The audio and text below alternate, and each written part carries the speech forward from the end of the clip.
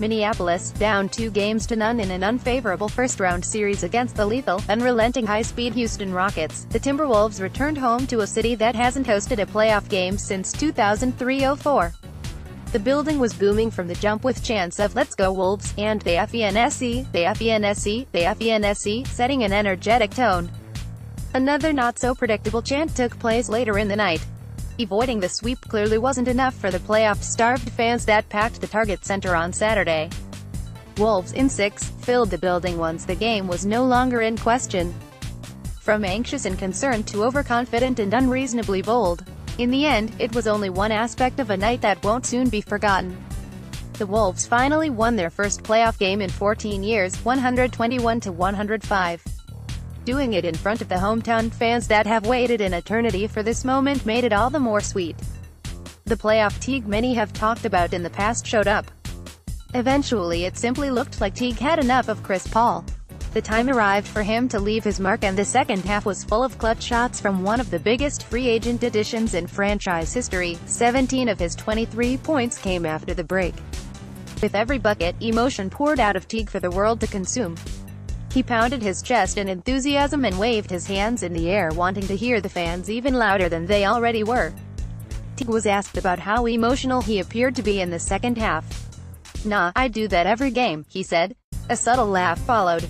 And while Teague certainly brought the best version of himself to Game 3, it was the Wolves' 2 stars, along with one they have tons of hope for in the future, that helped them avoid another loss to Houston. Jimmy Butler looked like his old, aggressive, all-star self from the jump. He got things started quickly in the first, attacking and finishing early and often. In the win, Butler did what so many have been waiting for him to do this series. Even with a nicked-up body trying to hold him back, Jimmy led the Wolves. Not even a tweaked ankle late in the second was going to keep him down. An injured wrist, a surgical repaired knee. You get the feeling Butler will do anything for his team, and that's the type of leader the Wolves have missed since Garnett. "Yeah, he's out there giving it all," said Teague. "He's a hell of a player. He's the heart and soul. When he's out there competing, it rubs off on everyone. The atmosphere was great. That's the effort we need." Butler led the Wolves with 28 points on 10-19 shooting. It was the 6th 28-point playoff performance of his career. He added 7 rebounds and 5 assists. "I can tell you for the last couple of days that I got tired of my teammates telling me to be more aggressive," Butler said earnestly. "I think that I took it upon myself to do just that.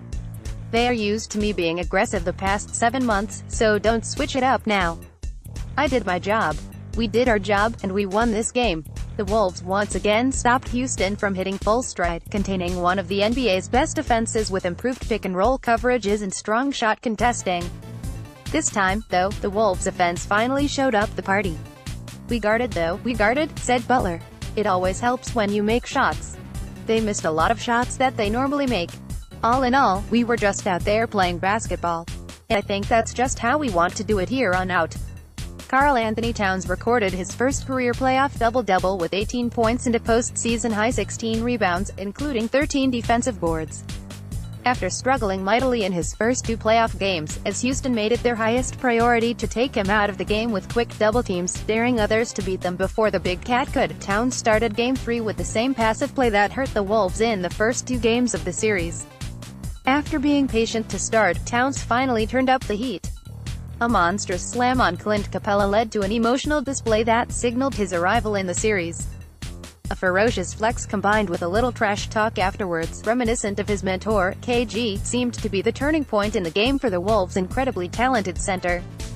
"I think it is a sense of patience," Towns said, after being asked about letting the game come to him with the way Houston is sending extra defenders at him from all different angles.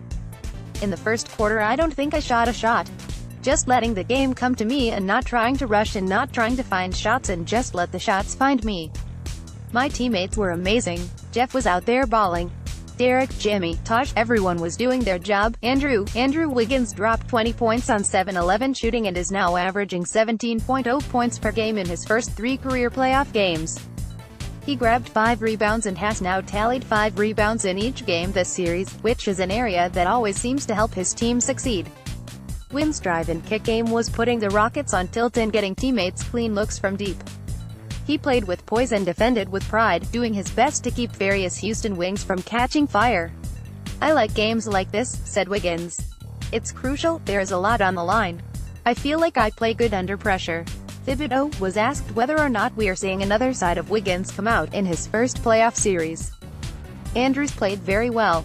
He's done very well down the stretch and he's played well in the playoffs. He played an all-around game. The rebounding was good and the playmaking, he had 5 assists. He's trusting the pass, he's making the right read on the double team. I thought that it became contagious with everyone. Jimmy was making plays. I thought Karl got going in the second half, and that was important for us. His activity was terrific. I thought Derek gave us a big boost off the bench, but we needed everyone."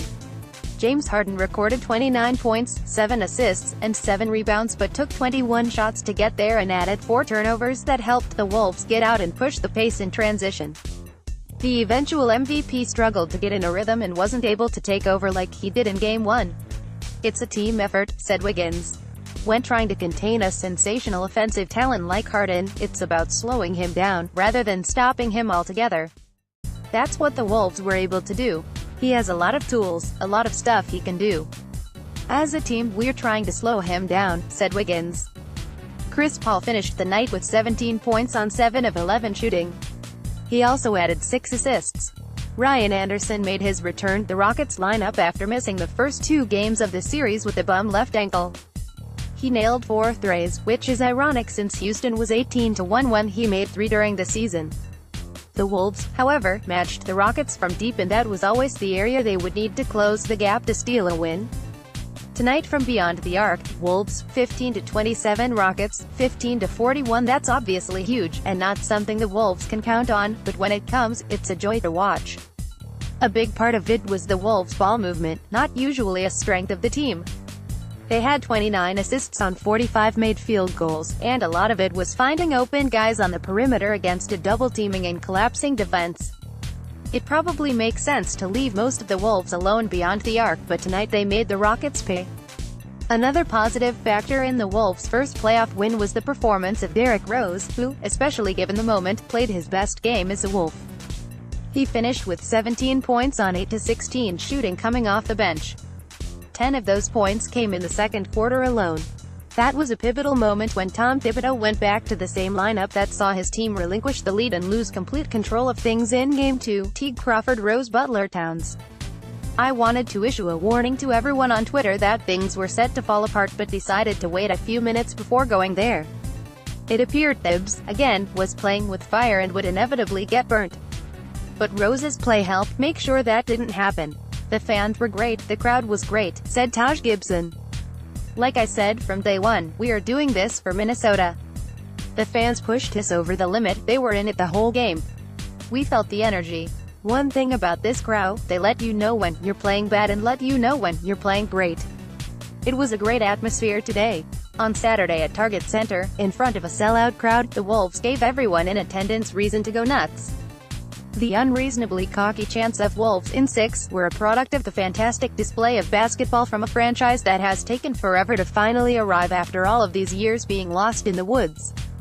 Playoff basketball is back in Minneapolis, and on Monday night it will return again. There will be more loud chants and an opportunity to send Houston another message: the Wolves aren't going to crumble that easily.